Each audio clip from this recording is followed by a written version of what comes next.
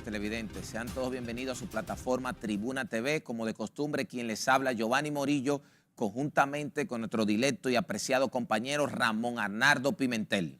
Buenas noches, Giovanni. Buenas noches a todo el público que nos sigue cada sábado aquí en Tribuna TV. Como siempre, una semana cargada de muchas noticias, sobre todo esta, que inició con el discurso de rendición de cuentas del presidente Abinader este pasado 27 de febrero. Así es, querido Ramón, amables televidentes. Queremos empezar con ese mandato constitucional que tiene el presidente de la República de rendición de cuentas este pasado 27 de febrero. Mucha controversia con el discurso. La oposición esta semana fijó muchas posiciones en contra del discurso. El presidente admite la situación difícil que recibió el gobierno con la pandemia, con la crisis y cómo ha manejado la economía del país, la macroeconomía. Ahora bien, ¿cuál ha sido, pueblo dominicano, el gran viacrucis que los actores le proclaman al presidente del factor inflación en nuestro país?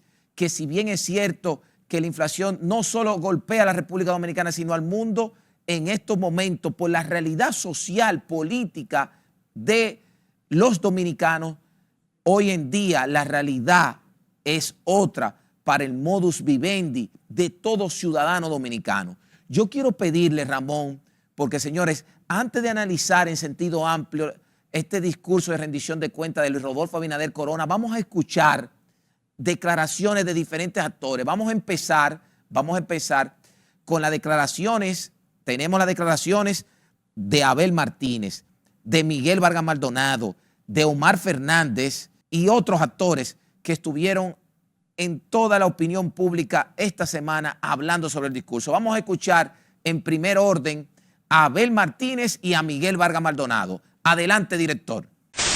El alma de nuestros próceres ha de sentir indignación por la calamitosa situación que en todos los órdenes se encuentra nuestro país. Popularmente se dice que la tercera es la vencida. Y en el caso del discurso de rendición de cuentas que escuchamos hoy, no cabe la menor duda de que el actual presidente está vencido. Vencido por una realidad imposible de maquillar con cifras y publicidad pagada. Pueblo dominicano, el país escuchó y observó hoy a un presidente desmentido por los hechos. Un presidente desmentido por el aumento de precios de la comida, la luz, la medicina, el gas y la gasolina. Un presidente desmentido por el estado de inseguridad que vive la población. Un presidente desmentido por el desplome de los programas sociales, con el desastre del programa Supérate, diezmado por los escandalosos trasiegos. Un presidente desmentido por el aumento en la salida de dominicanos del país por la vía legal e ilegal que se marchan por la falta de oportunidad y esperanza. Desmentido por un sistema educativo vapuleado por la incompetencia y los escándalos que han frenado su reforma. Me parece apropiado también hablar de la ya sobrecargada clase media, quienes además de absorber los incrementos de los alimentos, ahora se le agrega un nuevo problema, al tener que aguantar 4 aumentos sucesivos de las tasas de interés de los préstamos destinados a pagar un techo, un vehículo o simplemente financiar el costo de la educación o la salud de sus hijos. Y les doy un ejemplo. Una familia que hace 3 años, por un préstamo hipotecario de 2 millones de pesos, pagaba una cuota de 19.300 pesos, hoy tiene que buscar 27.825. Estos incrementos desproporcionados de las tasas de interés, si bien tenían como objetivo reducir el ritmo inflacionario, lo que ha terminado haciendo es exprimiendo aún más a una clase que más que media se puede considerar como vulnerable. Ahí estuvimos viendo las declaraciones de los líderes de la oposición. Es realmente lamentable lo que aconteció este pasado lunes, donde escuchamos a un presidente, tal y como lo planteó el ingeniero Miguel Vargas, desmentido por los propios hechos. Y yo me voy a un punto elemental, que es el tema cuando él habló de la juventud dominicana y de las oportunidades que ha tenido. Y yo me pregunto, señor presidente, ¿y usted no ha visto cómo se han incrementado los viajes ilegales? cómo la llamada La Vuelta por México se ha incrementado en los últimos años. ¿Por qué ha sido esto? Esto ha sido fruto, señor presidente, de las propias faltas de oportunidades que están teniendo los jóvenes dominicanos en nuestro país, la desesperanza que están viviendo y también la falta de apoyo gubernamental para poder emprender sus negocios. Vemos cada día cómo se ven que los jóvenes dominicanos han tenido que cerrar sus pequeñas y medianas empresas, frutos de esas trabas burocráticas y de esa propia presión impositiva que le ha impuesto el gobierno en los últimos años. Entonces ahí que tenemos que ver, porque si queremos gobernar para el país, gobernar es hacer. Y tenemos que ver esos elementos más importantes para el desarrollo del país y más cuando tú hablas de un déficit en el empleo, cuando los jóvenes que ni estudian ni trabajan son los más cada día. Esas son las verdaderas políticas públicas que se deben de buscar y de llevar desde el Estado Dominicano. Nosotros hemos dicho, querido Ramón y amables televidentes, que la política se nutre de realidades, pero no solo la política, sino la vida. La vida se nutre de realidades. Nosotros desde ya hace 10, 11 meses hemos asumido un discurso a favor y provecho de la juventud emprendedora del país. Pero voy más lejos, la clase emprendedora de la República Dominicana. Nosotros entendemos que el presidente de la República, Luis Rodolfo Abinader Corona, tiene que observar este sector, porque muchas veces, señores, los asesores que están cerca del presidente no le llevan luz de lo que está pasando. Señores, hay un decreto, el decreto 6-23. Señores, hay rubros que hoy en día el Estado dominicano, el Estado en sentido amplio de las instituciones, quedan prohibidos esos rubros, lo que son sus servicios. Pero voy más lejos por los dominicanos. Queda prohibido. ¿Qué dice el párrafo 1 del artículo nuevo de este decreto? Que es un decreto, presidente, que está golpeando al sector pymes y emprendedor de la República Dominicana, presidente. El decreto 6-23. Quedan prohibidos la compra de efectos promocionales, impresiones, boletines, arrendamiento de instituciones privadas, donaciones, recesiones, celebraciones. Señores, todos estos rubros que hoy quedan prohibidos, ¿quiénes eran las personas que participaban en esas licitaciones?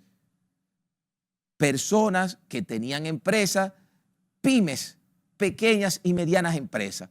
Que si bien es cierto, señores, que tenemos que tener austeridad, pero tiene que ser, señor, una austeridad que refleje igualdad, porque es muy bueno austeridad en un sentido, afectando un sector, presidente y gobierno dominicano, y otro sector no hay austeridad en el gobierno. Entonces tenemos que utilizar la equidad, porque si bien es cierto que estamos en momentos difíciles, no menos cierto es que hay sectores, señores, de la pequeña y mediana empresa que es improcedente, es inaceptable que sean afectados.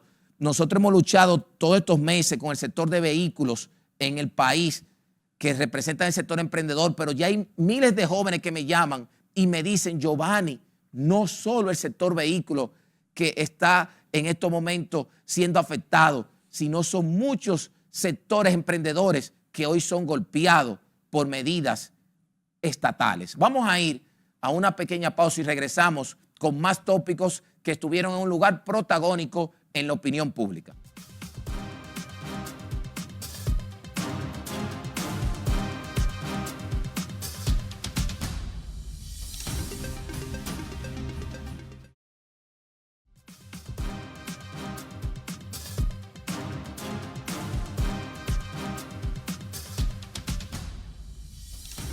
Seguimos en Tribuna TV.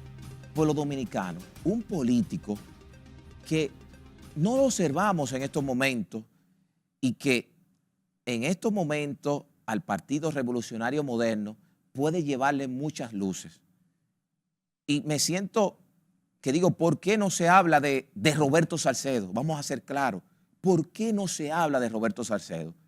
El tiempo, pueblo dominicano, le ha dado la razón a Roberto después de su experiencia, señores, de 14 años en el ayuntamiento del Distrito Nacional. Muchas personas criticaron a Roberto en su momento, muchas personas, y vuelvo a repetir, el tiempo le ha dado la razón. Nosotros entendemos que en estos momentos Roberto Salcedo, aunque sabemos de la labor que en estos momentos tiene su hijo en PROPEC, es una pieza clave para que el Partido Revolucionario Moderno pueda mantener la plaza del Distrito Nacional, porque es una persona que tiene una historia en la política dominicana, es una persona que en los años que estuvo como alcalde tiene luces que reflejan su trayectoria y su capacidad como funcionario en ese momento y experiencia política, que nuestro deber es decir por qué en estos momentos no se habla de Roberto Salcedo. ¿Cuándo, pueblo dominicano? Las aspiraciones a la alcaldía del PRM, que en estos momentos la alcalde es Carolina Mejía, lo que se dice en todo el escenario político de nuestro país y público es que Carolina no va 4 años más para esa alcaldía, y esta situación hace que el fichero político cambie. Bueno, vimos encuestas en la última semana y el escenario de la capital aún no está definido. Cuando se miden las alcaldías, los candidatos que lleva la oposición, tanto en el PLD, que está Domingo Contreras, en el PRD, que está Janet Camilo, en el partido de gobierno no se vislumbra un candidato porque se dice que la candidata alcaldesa actual no va. En la senaduría vemos otro escenario bastante también dividido. En la oposición está el PRD con don Héctor Guzmán, que precisamente esta noche estará con nosotros. También está en el PLD José Dantes. En el partido de gobierno, bueno, la senadora actual Farideh Raful. Hay un escenario bastante complejo aquí en la capital que en los próximos meses se va a estar por definir. Y eso lo vamos a ver cuando ya los plazos, los propios plazos que establece la ley de partidos se van a ir cumpliendo y los partidos políticos van a tener que empezar a tomar decisiones.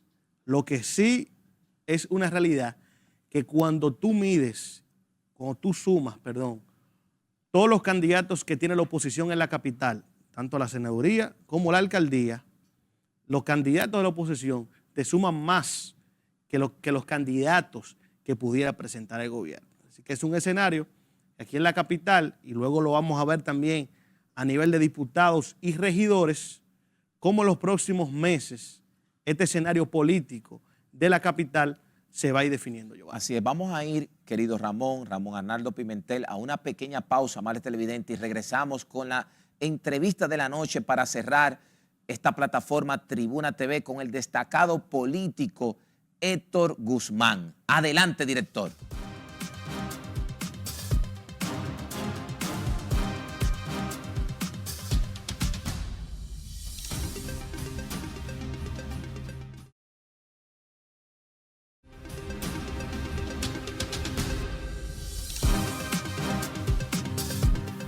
Seguimos en Tribuna TV y esta noche le damos la bienvenida al ingeniero Héctor Guzmán, aspirante a senador por la capital y vicepresidente nacional del PRD.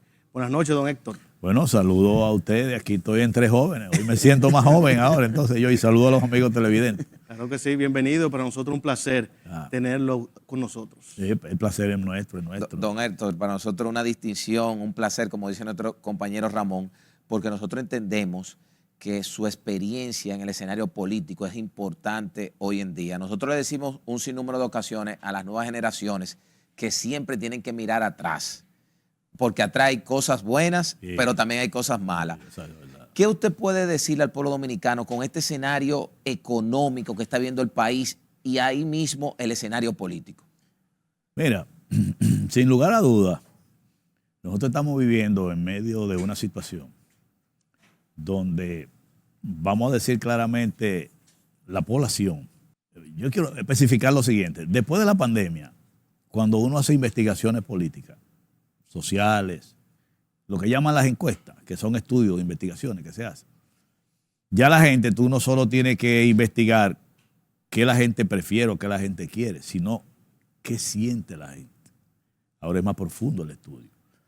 Y yo he visto estudios que revelan algo preocupante. Reciente, ahora a finales de enero, mediados de febrero, diría yo.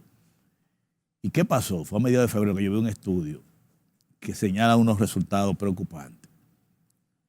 Y es que la población está sintiendo una falta de esperanza, que entiende como que la situación que le espera será peor que la que está viviendo. Y eso sí es preocupante, porque lo último que se pierde es la esperanza. Entonces, de ahí es que ellos, al preguntarle sobre la gestión del gobierno actual, tú le preguntas cómo usted lo valora, si va por buen camino, si va por mal camino, cómo regular. Usted le pregunta. La valoración está cada día bajando más. Y cuando tú le preguntas que por qué esa valoración, eso que está pensando la gente, dice, no tenemos esperanza en el futuro. Y eso no le puede extrañar a uno, porque fíjese cómo se han incrementado los viajes de gente en Yola y los viajes por lo que llaman la vuelta por Guatemala. Y una característica que tienen esos viajeros ilegales, en su mayoría que son jóvenes, que van a irse para Estados Unidos.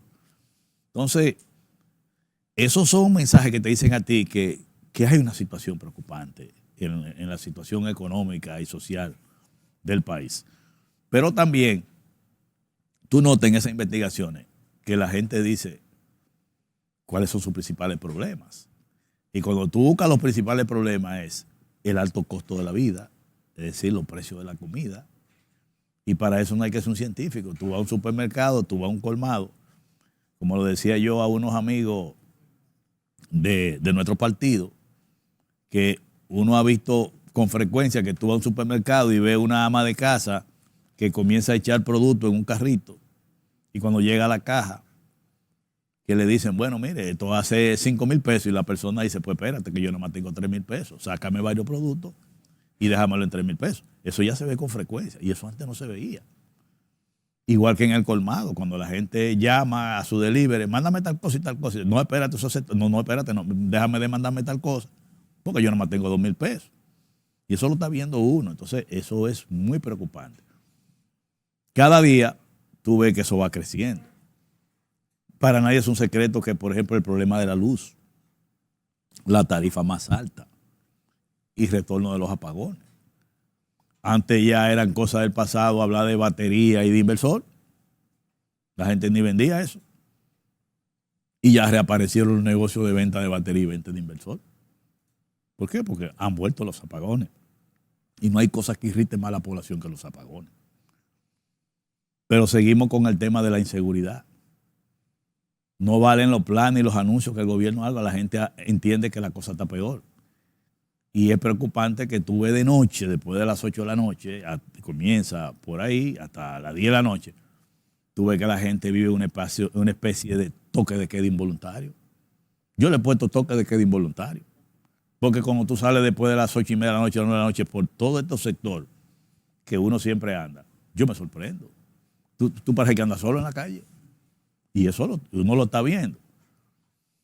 Si nos vamos al tema de la salud, bueno, en esta misma semana volvió el tema de los medicamentos de alto costo, lo que llaman las enfermedades catastróficas. Ah, no, que inscribimos más gente. Sí, pero es que los productos, que la medicina no está, no la hay. Y eso desespera a cualquiera. Pero estamos a unos niveles en la salud, el deterioro tan grande, que aquí está prohibido enfermarse en la familia, porque a la hora que tú sales a donde el médico, a la consulta o a un tratamiento, y ni se diga comprar la medicina, no, eso no hay quien lo aguante. Yo mismo en esta semana con mi esposa tuve que renovar el seguro de salud. Y cuando tú vas, el mismo seguro con las mismas condiciones, un aumento de un 20%. Increíble. Tú dices, pero ven acá. Y yo mira cómo te voy hablando de cada uno de los factores. Cuando te hablo del tema del empleo, los jóvenes son los más afectados. Dicen, pero ¿y cuál es la oportunidad de nosotros para trabajar? Además de que tenemos que ser profesionales, que nos piden experiencia y encima de eso no hay empleo. Me daba pena que veía a un ingeniero recién graduado buscando empleo y en un sitio que le garantizaron empleo lo que le ofrecían era 35,000 pesos de salario. Wow. Y el tipo dice, pero yo que me pasé todos estos años estudiando ingeniería y ahora yo voy a buscar un empleo de 35,000 pesos, pero ¿cómo yo voy a trabajar así? 40,000 pesos, no pasan de ahí. Porque no tiene experiencia, no tiene ese tipo de cosas. Entonces los estudios te van dando todo eso, que yo lo estoy describiendo porque yo lo estoy viendo. Claro. A mí no me sorprende eso, cuando estamos hablando del tema del costo de la vida, estamos hablando del tema de salud, estamos hablando del tema de empleo, estamos hablando del tema de inseguridad y seguimos por la parte de educación. Cuando llega aquí, como pasó en este año, el año pasado, el tiempo de inscribir a los muchachos a los colegios, eso es una pesadilla en la familia. Se abre el año escolar y eso es un desastre. La gente no tiene capacidad de resolver eso. ¿Y qué sucede? Que ahí cuando los estudios te dicen a ti, cuando la gente ve ese cuadro y no ve la esperanza de que eso se pueda resolver, ahí es que es preocupante. Y eso se revela en el discurso que hizo el presidente de rendición de cuentas, que él describió un país diferente al que estamos viviendo. Yo no sé si es porque ellos están tan centrados en el turismo que todo está bien, porque en el turismo es diversión lo que hay. Todo el que va a hacer turismo porque tiene su problema resuelto, por lo menos va a gozar, va a disfrutar. Sí. A mí mismo le quería preguntar, don Héctor. Da la impresión de que es eso. Claro, que se ve evidenciado todo eso que usted manifiesta en el propio discurso del presidente. Y más, uno comentando lo que uno ha visto, la respuesta de los ciudadanos en las redes, esa misma falta de esperanza, porque no fue un discurso que le llevó esperanza al pueblo dominicano, sino fue un discurso de que todo estaba bien. No, y fíjate que él en cuanto al costo de la vida no dijo qué va a hacer con eso, que es el principal problema del país. Y con la inseguridad, lo mismo, que una reforma que la gente percibe que eso no ha funcionado. Pero eso es lo que preocupa, que vemos un gobierno que está por un sitio y la situación del país está por otro. Entonces, en un año prácticamente electoral. No, y uno de los grandes ausentes del discurso fue el tema también de la seguridad social. El presidente no se refirió al tema de la ARS y usted mismo mencionó el tema del aumento de los seguros. ¿Qué hacer con ese problema que está ocurriendo entre el Colegio Médico y la ARS? Que no se ve una actitud responsable del gobierno, porque la salud es algo que es una obligación desde el punto de vista constitucional con los ciudadanos, un derecho adquirido por los ciudadanos. Y ya el problema de los médicos y la ARS tiene meses y el gobierno como que no es con ellos. Y es una responsabilidad del gobierno. Pero así te hablo de lo del salario, dije que voy a reunir el comité de salario, pero es que eso es por ley, cada 2 años hay que hacer eso. Y ellos se han reunido varias veces y no han llegado a acuerdo. Ahí lo que se necesita son decisiones, porque es que si tú no entiendes que el país está mal, que la gente está mal, entonces tú no le pones urgencia a la cosa. El problema del salario del sector privado y vamos a decir del sector público, tú tienes que verlo como algo prioritario, porque el poder adquisitivo de la gente con este tema de la inflación, que hasta en este mes ahora de febrero, el costo de los alimentos se disparó en más de un 20%. Dios. Los precios. Entonces tú estás viendo que hay eso. Entonces si la gente no tiene dinero para comprar, todo lo que tenga que ver con mejorar los ingresos a la población, tú tienes que verlo como una prioridad. Y la generación de empleo, porque ¿con qué que se enfrenta el problema de la comida? Es con un dinero en la mano, no es con teoría ni con discurso, ni con pose, es con recursos en la mano. Entonces, ese es un cuadro preocupante. Y miren, yo quiero decirle a ustedes, yo he trabajado en discurso para presidente de rendición de cuentas. Y yo le quiero decir a ustedes y a los amigos que tienen cómo eso se hace. Y a mí me dio pena lo que yo oía. Porque cada institución hace un informe de lo que llaman su memoria del año. Y hay un equipo que revisa esos informes. Y si hay datos que tú no estás de acuerdo, tú llamas al incumbente y el que te explique qué pasa con estos datos, que yo no estoy conforme. Los revisa, lo vas reduciendo y de ahí prepara el discurso. Ahora tú preparas un discurso en función, claro, de una estrategia política, una estrategia mediática, pero tú tienes una población que quiere oír que tú le despiertes esperanza. Yo no creo que salió bien ese discurso, ¿no? La gente como que salió más rabiosa de ahí, de lo que yo he podido ver en los monitoreos. Podemos decir, Héctor, con ese cuadro que usted plantea, social, económico y político, que es un viacrucis difícil para el actual gobierno de Luis Rodolfo Abinader Corona, ¿se reflejaría en el aspecto político las próximas elecciones? A mí me preocupa desde 2 puntos de vista. Me preocupa, y eso es lo que más me preocupa, que puede llegar un momento en que la gente, al no tener confianza en el futuro, al no tener esperanza, podamos llegar a una situación de estallido social peligroso. Porque cuando la gente se ve acorralado, que no tiene salida, reacciona fácilmente con acciones sociales peligrosas. Y eso sí es lo que me preocupa a mí. Porque ya no ve esperanza de un gobernante que está prácticamente acabando su gobierno. Aquí no se da cuenta la gente que, por ejemplo, los ayuntamientos, ya en noviembre de este año los alcaldes no pueden inaugurar obras porque la ley no se lo permite. O sea, los alcaldes están terminando ya. Oiga bien, y ese es el gobierno más cercano de la gente. Ya no puede hacer más obras ni más cosas. Ya los alcaldes, el que no hizo nada de aquí a mayo, no va a hacer nada ya. Para que usted sepa, ya cumple van a cumplir sus 4 años. Entonces, cuando el gobierno no tiene acciones concretas hacia esos problemas, la gente puede desesperar. Eso por un lado, lo que primero me preocupa. Y lo segundo, el tema político. El gobierno lo sabe, que no tiene posibilidad ahora mismo de ganar en primera vuelta, nada de eso, ahora mismo no la tiene. Pero ese es un cuadro electoral que se va a ir definiendo poco a poco, porque todo va a depender del trabajo que haga la oposición. Los candidatos o los aspirantes a la oposición apenas están haciendo actividades casi dentro del marco de la ley con ciertas limitaciones. Todavía no hay una oposición dura hacia el gobierno que pudiera desarrollarse ya después que la cosa esté más definida. Pero al día de hoy no hay posibilidad de una reelección, al día de hoy. Los números no le dan. No le dan. Están en unos números, entonces con la tendencia que bajando. Se la baja. Que es lo peor. Porque tú puedes tener un 40, un 45, pero la tendencia bajando es lo preocupante. Y la gente llega a un momento, inclusive a nivel interno del propio PRM, llega un momento que de aquí para adelante la luna de miel se acabó. Porque al que tú no le conseguiste nada ahora, ya él sabe que no va a conseguir nada. Y es capaz de actuar de otra manera. Don Héctor, el propio tema de la compra de alcaldes, que la denunciaron todos los partidos políticos de la oposición, el PRD, el PLD, la Fuerza del Pueblo.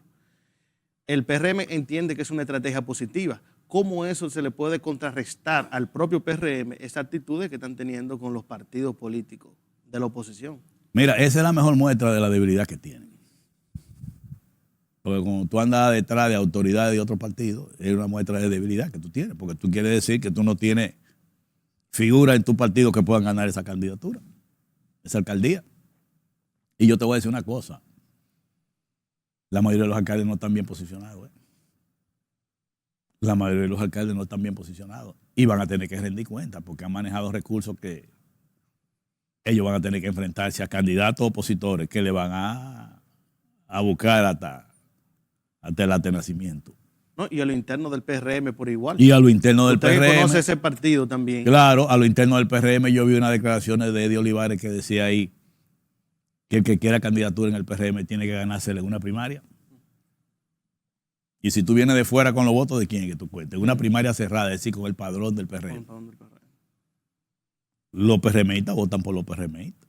Si es un padrón cerrado, son los militantes del partido, votan por su dirigente. Entonces, si traen uno de fuera, se lo van a imponer. Es una práctica que nosotros los que estamos en política mucho tiempo, la experiencia que tenemos es que no ha sido positiva. No ha sido positiva. Lo que pasa es que ahora no se ha visto la magnitud con que se ha hecho. Fue ahora. Qué bien me siento que don Héctor esté aquí en esta plataforma Tribuna TV llevándole luz al pueblo dominicano en momentos difíciles, porque ocultar que la República Dominicana no está viviendo tiempos difíciles, señores, es una miopía de cualquier actor político. Por eso nosotros desde esta plataforma queremos hacer una opinión constructiva de llevarle aliento a la sociedad dominicana y nos sentimos muy contentos con esta entrevista al destacado político Héctor Guzmán. Adelante, director.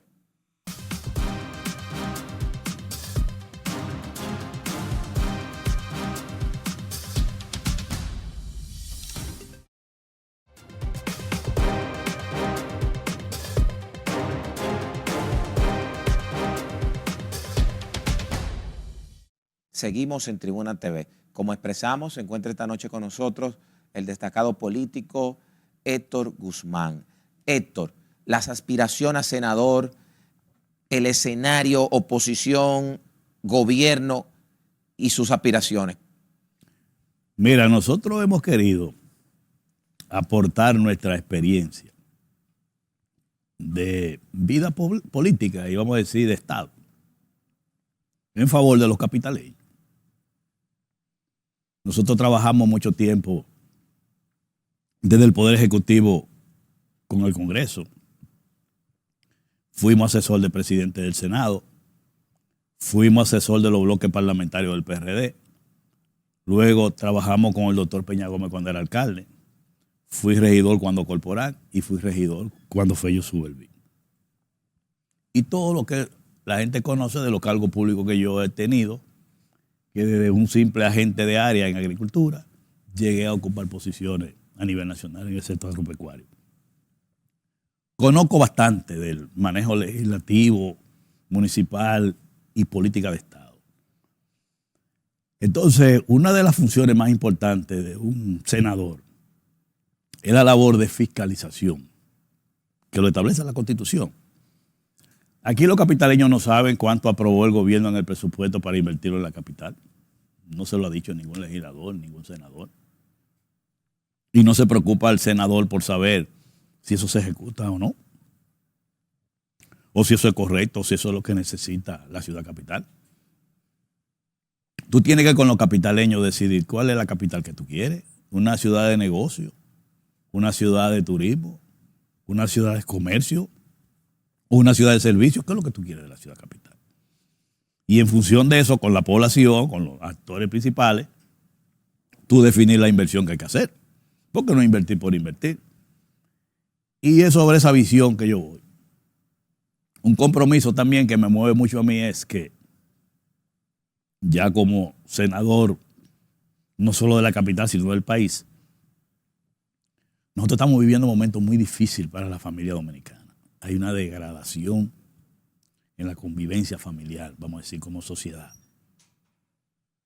Tú ves conducta que uno teme que nuestros hijos, nuestros nietos, nuestra familia se pierda esa convivencia familiar. Uno nota cómo nuestros jóvenes en los barrios sufren una acción, vamos a decir, indebida de la policía. Esos jóvenes se sienten acorralados. Puede ser que haya conducta negativa, puede ser que no, pero ¿qué vamos a hacer con esa juventud? ¿Qué vamos a hacer con los jóvenes de este país? Por un lado, con este bombardeo de una agenda que hay prácticamente que denigra a una sociedad, a una familia. Con muchísimos comportamientos que ustedes como jóvenes saben, a los que ustedes se exponen. Porque ahora los jóvenes se exponen a una serie de conductas cívicas muy cuestionables y que nosotros, los que venimos de los tiempos de nosotros, nos llama mucho la atención. Eso por un lado. Por lo otro también el tema de la soberanía del país. Está en peligro, está amenazada la soberanía del país. El país necesita de gente en el Estado que tengan compromiso con su país. Nosotros tenemos una experiencia vivida de Estado, que no nos hemos metido en corrupción. Y como yo le digo a algunos amigos, si a esta altura del juego yo no me hice millonario con la política, porque la gente cree que todo el que va a la política va a hacerse rico y que lo que va a buscar es lo material. Yo no soy millonario, yo no me hice millonario en la política. Y estaba donde el Estado, donde se deciden cosas. Trabajé con Jacobo Maluta, con Peña Gómez, con Hipólito Mejía, en funciones importantes. Y siempre por visión, por convicción, una conducta que es mi conciencia tranquila. Y fue regidor en la gran capital, ¿no? En la gran capital, no. Y mi comportamiento siempre fue pensando en mis hijos y mis nietos, la familia. No me mancho por eso, porque el ejemplo que tú le das a los hijos es muy importante. Entonces yo, esa experiencia que yo tengo, la quiero poner al servicio de la capital. Mi actitud, mi comportamiento, una persona que tengo convicción, que no le doy mi cabeza a ningún presidente ni a nadie, como que yo me le he mochado, yo actúo en función de lo que creo. Uno se pregunta en esta ciudad capital ahora mismo, ¿cómo es posible que el gobierno anuncie una inversión de 5,000 millones de pesos en la zona colonial y otro día 460 millones más de pesos en la zona colonial? Yo no me opongo a que se invierta en la zona colonial, pero ahí los barrios, los hijos macheros, ¿qué hay para ellos? ¿Qué hay para ellos? Todos esos barrios de la parte alta, donde tú tienes Guachupita, Los Guandules, La Ciénaga, El Payá, La Cañita, La Sursa, te va a la circunscripción, ¿no? Los ríos, todas esas cuestiones por ahí, cae a los kilómetros. Los otros días yo estuve ahí en el kilómetro 8, en la calle 16, y entré a esa calle, que es un barrio muy pobre. Y yo me sentí, te voy a decir una cosa, indignado. El abandono a que están sometidos esa gente. Y yo nací y me crié en barrio. Porque a mí nadie me va a contar. Yo soy nacido, criado y formado en la capital. En barrio de la capital. Y las condiciones que están viviendo los barrios de la capital es preocupante, muy preocupante. Entonces tú dices, ¿y por qué tanto cuarto a la zona colonial y a esta gente no? Capotillo te está pidiendo a ti una ampliación de una escuela, de un liceo. En otros sitios están hablando de un problema de una cañada. Y tú dices, ¿y por qué todos esos cuartos para la zona colonial y ahí no se resuelve, que son problemas de chele, de 40, 50 millones de pesos? El turismo, bueno, sí es bueno, pero la vida de la gente está primero. Mira ahora que vino la chikungunya y cosas, la gente de los barrios está pidiendo, pero ayúdenos a fumigar, a lo que sea, pues ayuden. El cólera también. Muchísimas enfermedades han vuelto aquí en el país que estaban superadas. Y eso lo da el hacinamiento, la pobreza. Eso no viene de que porque vino, no. Pobreza, hacinamiento. Entonces, yo he dicho, no, yo soy una voz, y eso es lo que quiero ser, de los ciudadanos, de los capitaleños, en el Congreso Nacional. Ustedes me verán a mí, así como yo hago mi papel de vocero. Yo voy a hablar por los capitaleños y voy a pelear por los capitaleños, lo que los capitaleños se merecen.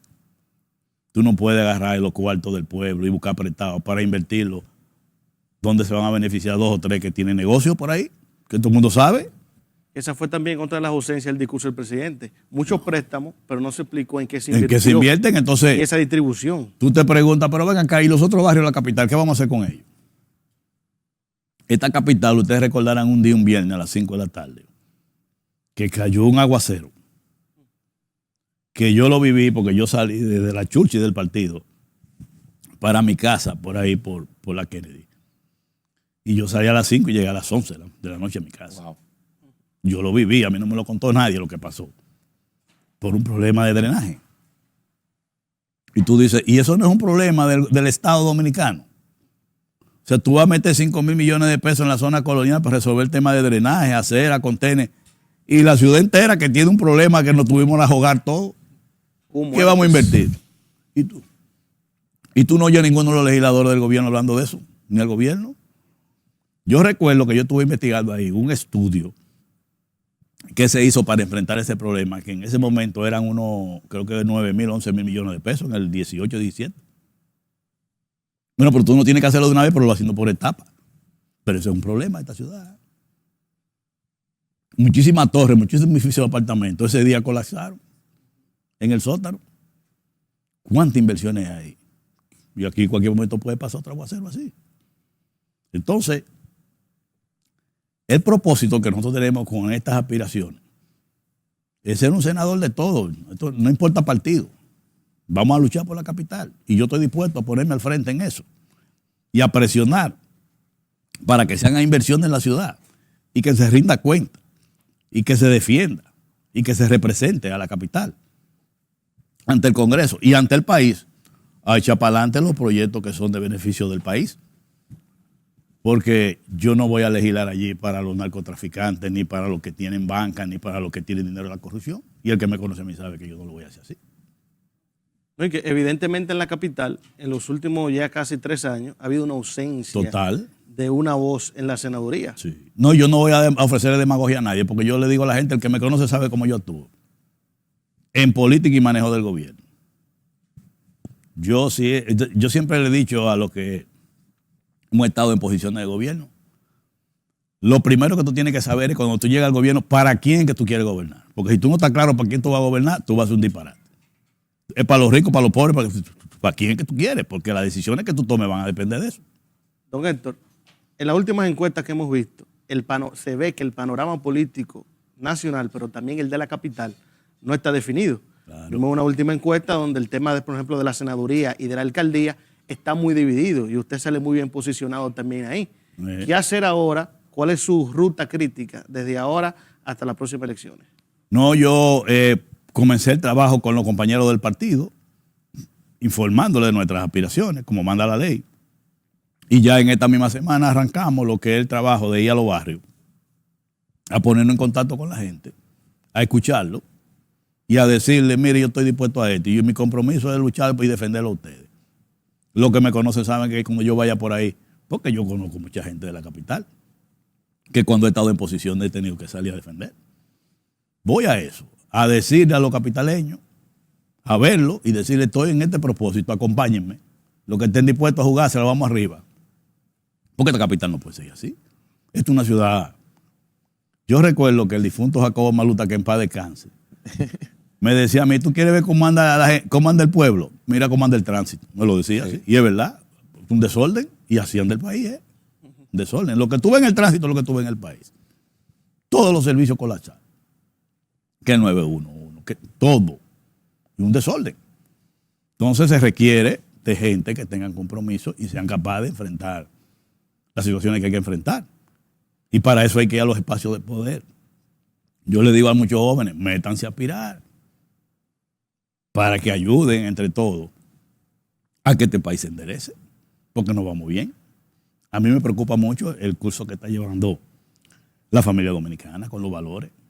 Me preocupa muchísimo, porque nosotros vivimos situaciones como jóvenes, que esa era nuestra preocupación y luchamos mucho por eso, por los derechos de los jóvenes, pero también la conducta, la educación, el comportamiento, contra los vicios, contra la corrupción, contra todo eso, y ahora se ha ido de la mano.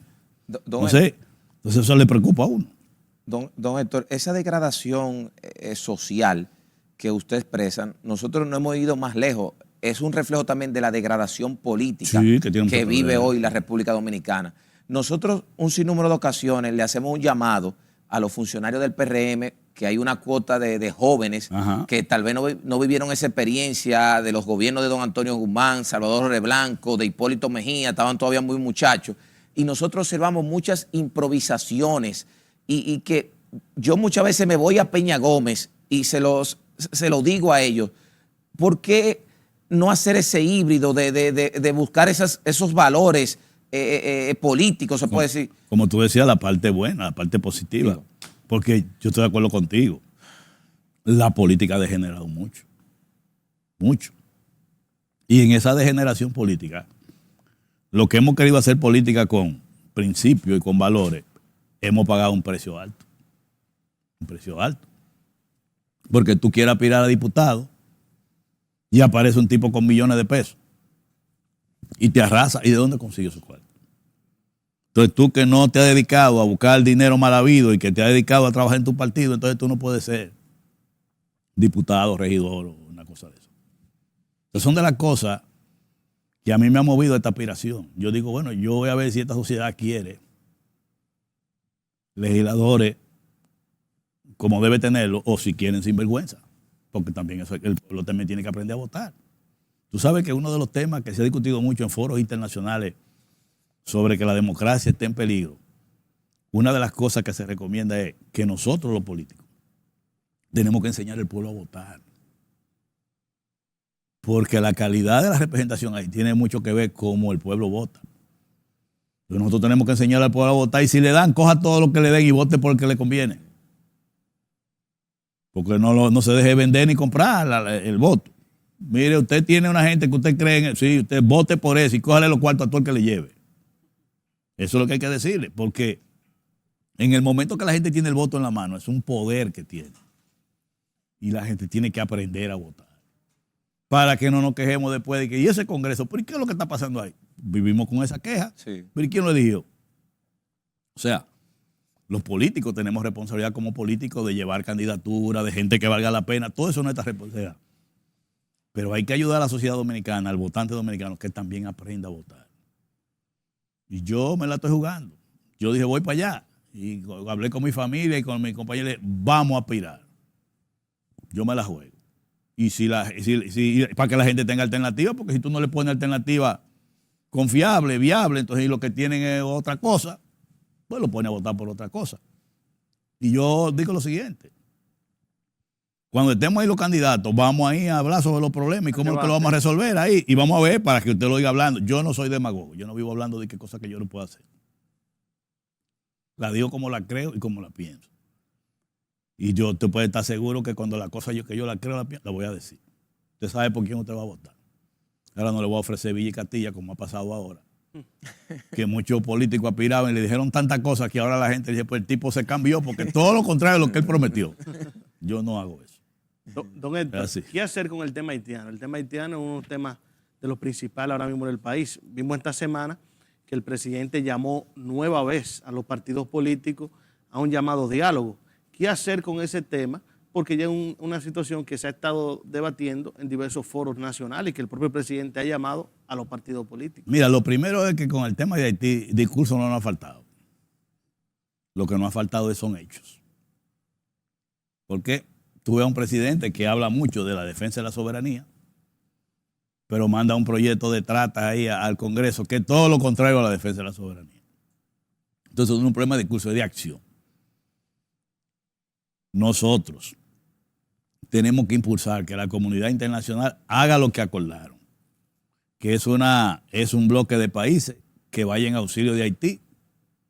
Y lo primero que tiene que hacer es pacificar a Haití, resolviendo con las bandas, para lograr estabilidad. Y después que logremos estabilidad, que se pueda hacer elecciones y se den unas autoridades, como sea, pero que se den unas autoridades legítimas. Y teniéndole el tema de Haití por lo menos estable en cuanto a autoridades y ya controladas las bandas, entonces hacer un muro por un muro, como le llaman, que es crear un área especial de desarrollo en la frontera, que se avanzó mucho en la Cancillería anterior del ingeniero Miguel Vargas Maldonado y se firmó un llamado acuerdo de Laredo con los Estados Unidos, la Universidad de Texas, las autoridades haitianas y dominicanas, que es desarrollar una zona especial, 8 kilómetros hacia Haití y 8 kilómetros de Dominicana, crear muchísimas empresas de zona franca, muchísimas industrias en esa zona. Porque mientras los haitianos se lo esté llevando el diablo de aquel lado, van a querer coger para acá. Si no creamos unas condiciones que ellos puedan tener algún tipo de empleo ahí, vamos a tener la amenaza permanente de Haití. Entonces, en eso se avanzó mucho. Y nosotros se lo dijimos al presidente de la República y Miguel Vargas se lo dijo. Pero no retomaron eso está en la Cancillería. Eso involucraba a Estados Unidos, que era el que más lo estaba impulsando, a España, a Francia, a Canadá y hasta México, dispuesto a invertir. Yo recuerdo que yo tenía informes confidenciales de eso. Y se hablaba de invertir 1.9 billones de dólares. Y ya se tenían ubicados cerca de 15 mil millones de dólares para comenzar a desarrollar esa zona especial, que le llaman una zona especial de desarrollo. No solo es hablar, tenemos que ir con propuestas. Y esa es una propuesta. Oye, ¿tú sabes lo interesante de esa propuesta? Que las autoridades haitianas, diputados y todo eso, y el presidente que mataron, Moïse, estuvo a punto ya de firmar. Por eso hay un preacuerdo. Pero que esa es una iniciativa que compromete a la comunidad internacional, que no es de nosotros, ni es de Haití. Es que los Estados Unidos la impulsan e involucran a la comunidad internacional en ese planteamiento. Entonces, vamos a echarle mano a eso. Porque es verdad, si no desarrollamos la frontera, no vamos a tener ningún tipo Don de Héctor, problema. ¿el Partido Revolucionario Dominicano va solo o hay alianza? Porque se está hablando de un bloque opositor para enfrentar el gobierno. Mira, Giovanni, ahora mismo cada partido tiene su estrategia que le está desarrollando. Es muy prematuro para hablar de eso. Nosotros estamos perfilando a nuestro candidato, así como estoy yo en la calle, en el país entero, a nivel de distrito, de municipio, de provincia. Estamos trabajando. En su momento llegarán esas decisiones. Igual que el presidente del partido, Miguel Vargas Maldonado, que aspira a la candidatura presidencial, también está en la calle. Cada quien está creciendo, cada quien está haciendo su esfuerzo. Entonces, en el camino veremos qué pasa. Pero ahora no se habla de eso. No se habla de eso. Usted que conoce mucho el cronograma electoral, ilustre a la audiencia cuáles son los pasos que sigue ahora, la apertura de la campaña, el depósito de las reservas, Bueno, la oficialización de las candidaturas. hay dos fechas importantes que vamos a tener muy rápido. En abril, a mediados, creo que el 14 de abril, ya los partidos tienen que comunicar a la Junta el método de escogencia de los candidatos. ¿Quién va a ser primaria? ¿Quién va a ser? Hay 5 métodos de escogencia. Tiene que decidir uno. Claro, para la Junta prepararse. En abril. En abril. O sea, estamos hablando en el próximo mes. Pero viene la fecha de que el 2 de junio, día 2 de junio, los partidos tienen que aprobar internamente las reservas de candidatura. Y las reservas de candidatura son para alianza o para un dirigente del partido. Luego de aprobar eso, a más tardar el 2 de junio, y a más tardar el 17 de junio, tienen los partidos que depositarlo en la Junta y hacerlo público. Es decir, cuando estamos hablando de reserva de candidatura, estamos hablando de alianza. Es decir, que para hablar de alianza, esperemos a mayo. Queremos darle las gracias, don Héctor. Gracias para a ustedes. nosotros una distinción y nos sentimos muy contentos que le llevara luz toda esta noche al pueblo dominicano a través de Tribuna TV. No, gracias a ustedes y a los amigos televidentes. Que este nombre, Héctor, viene de Tribuna Democrática de José Francisco Peña Oh, Gómez. sí. En un momento Tribuna Juvenil y hoy en día Tribuna TV. Qué bueno. Qué bueno. Muchas gracias, don Héctor. Estuvimos en la tribuna. Así es. Darle las gracias a los amables televidentes por su sintonía. Estuvieron con ustedes Ramón Arnaldo Pimentel y un servidor, Giovanni Morillo. Será hasta una próxima entrega. Buenas noches.